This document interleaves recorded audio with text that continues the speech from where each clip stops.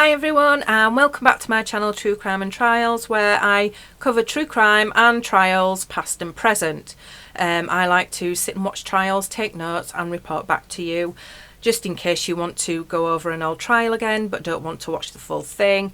Same with the present ones. If you're interested in a trial, you don't want to sit through hours of trial coverage, I report back with the most important points throughout that trial.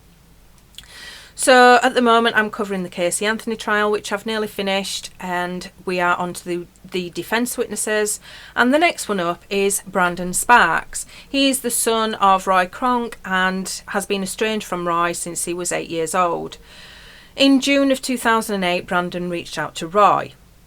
The reason why he did this is because his grandparents were obviously wanting him to rekindle their relationship. So that's why he reached out to Roy. He then started speaking to him, and this would be on a nightly basis until February of 2009, and this was mainly by phone call. During July and December of 2008, Roy did tell Brandon that he knew where the remains were. This was in November. But Brandon didn't take him seriously and thought it was just too far-fetched. Roy also mentioned that he'd found Kaylee's skull, and this was prior to the 11th of December, and Brandon says it was around Thanksgiving.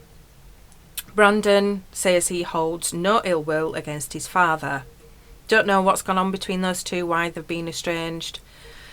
Onto the cross-examination. When Brandon first contacted his father, he didn't tell his mother for some time, so obviously there's bad blood there. As we heard in Roy's testimony, he had told Brandon he thought that he was going to be on TV, and Brandon did indeed see him on the TV. But this wasn't until 19th of December 2008. Onto the redirect, and Yuri Melitch, the detective, has never been in touch with Brandon. And Brandon says he'd never heard of this case throughout 2008 until December that year. Obviously when he'd spoke to his father about it, or Roy had informed him of what he'd seen. The recross, Roy did tell Brandon that he was going to be rich and famous. So the end of that witness, we now come back on to Roy. So after Roy had made the discovery of the remains, he told law enforcement that the skull had fallen out. He gave a recorded statement first, in which he told them what he saw and what he did. He had told them that he didn't touch anything, but did tell them that he touched the skull with his meter stick, and says he did tell them that he put the stick in the eye socket. It just sounds awful. Roy is then asked to look at his second statement, where it shows he didn't say that. Towards the end of the statement, he was asked if there was anything else he needed to tell them, which he doesn't remember because it was 3 years ago, which is fair enough. But Byers states he didn't tell them that he called law enforcement 4 times, but he says he did tell them he called Crime Line. Byers then argues he didn't. So the law enforcement officer that spoke to him at the scene had told him not to mention the fact that Roy had called Crime Line, although Byers says that the law enforcement officer had told him to keep his mouth shut.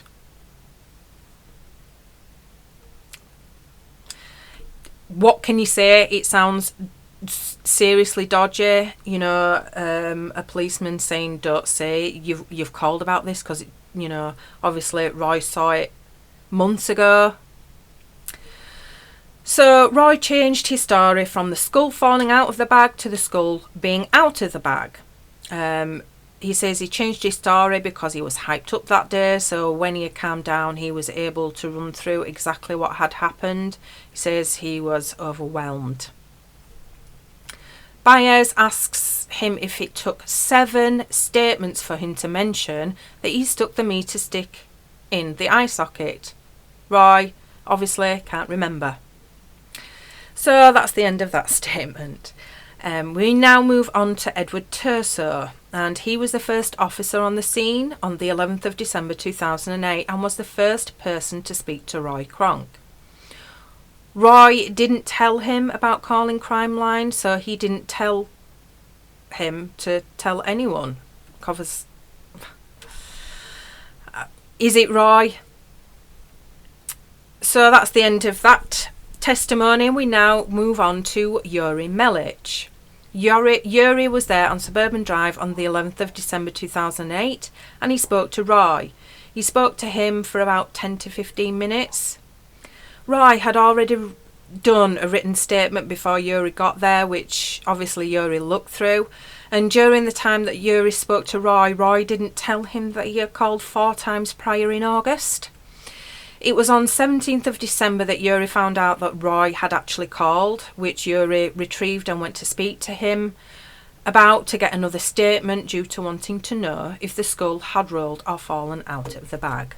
So another, it did, it didn't, I don't know, I can't remember. And, you know, Roy, what can you say about Roy Kronk? So yeah, I will be back with more in more videos. So until then, bye for now.